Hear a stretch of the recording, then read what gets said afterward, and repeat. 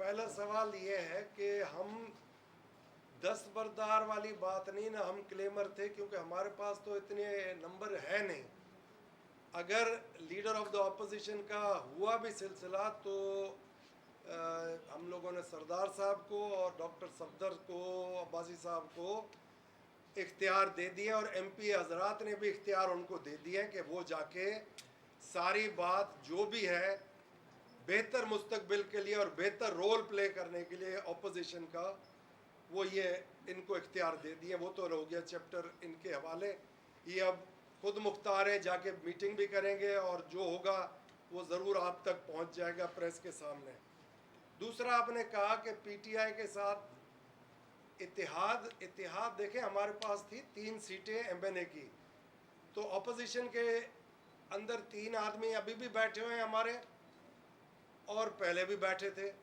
लेकिन ये आपके सामने मैं दोबारा बता दूं कि पूरी सिंध के अंदर हम लोग पीटीआई के मुखालफत में लड़े हैं इलेक्शन। ये आप लोगों को क्यों एक गलत फहमी है कि हम लोगों के साथ वो सीट एडजस्टमेंट में थे? हम लोग तो इलेक्शन लड़के आए हैं उनके सामने भी। तो ये सवाल आपका बनता ही नहीं था कि हम उनसे इत्तेहादी हैं कि नहीं इत्तेहादी। हम तो अपोजिशन पे एक थे इकट्ठे, आज भी अपोजिशन में। देखें, नंबर 1, आप जो चाह रहे हैं कि मैं इस पे कोई सवाल का आपको जवाब दूं, तो जब कोई भी इलेक्शन लड़ता है और एक कोई सियासी जमात होती है, वो अपने आप को हमेशा मजबूत दिखाती है, भले वो कमज़ोर हो जाए। तो अगर उन्होंने मजबूत दिखा के अपने आप को प्राइम मिनिस्ट्री का कैंडिडेट भी डिक्लेयर कर दिया है, तो पहले ये मैं क्लियर कर दूं कि अब बुज़ुर्ग जो है वो अभी चलने के काबिल नहीं है।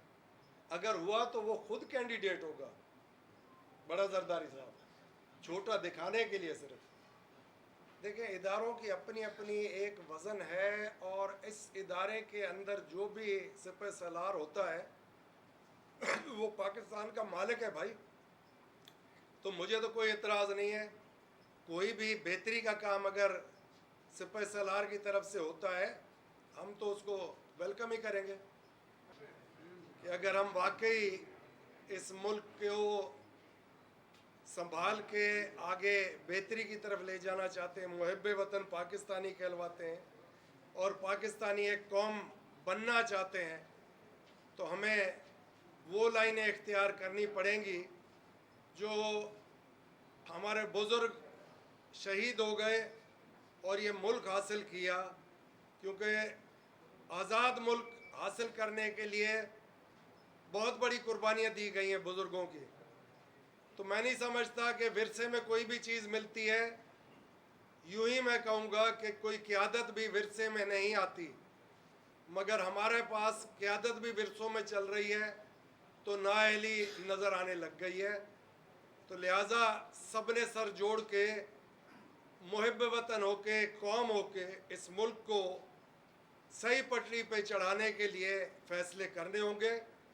और वो वक्त दूर नहीं है कि हर आदमी, नौजवान सवाल करेगा कि जो ये मुल्क कायद आज़म मोहम्मद अली जिन्ना साहब ने हासिल किया था, बुज़ुर्गों की कुर्बानियाँ, उनका लहू इसमें शामिल था, इसका क्या असर किया जा रहा है। तो बेहतर है कि हम सब अभी से राह रास्त पे आ जाएं और बेहतरी की तरफ सारे वो कदम उठाएं जिससे मुस्तकबिल इस कौम का और नौजवानों का मुस्तहकम हो और बेहतर हो। यही हमारी ख्वाहिश है और यही हमारा मंशूर है कि जायज़ बुनियादी हकूक़ हर दरवाज़े पे पहुँचने चाहिए। कोई किसी के सामने इल्तिजा या भिखारी ना बने, सबको घर बैठे उसका हक मिले। और जमहूरियत अगर चाहते हैं जो कि नाम की है, तो फिर वाकई जमहूरियत ला के दिखाएँ और वोटों पे इलेक्शन रिज़ल्ट्स होने चाहिए। नोटिफिकेशंस पे अब मैं नहीं समझता कि हम लोगों को मंजूर होगा कि जी नोटिफिकेशन निकल गई। तो लिहाजा हर चीज़ सही तर्ज से, सही तरीके से, अंदाज से हम लोगों ने इधर रखी है, एक दूसरे से बात की और आपके सामने पेश की है। अभी भी एतराज़ किसी चीज़ पे नहीं है। देखें, सियासत में दरवाजे खुले होते हैं।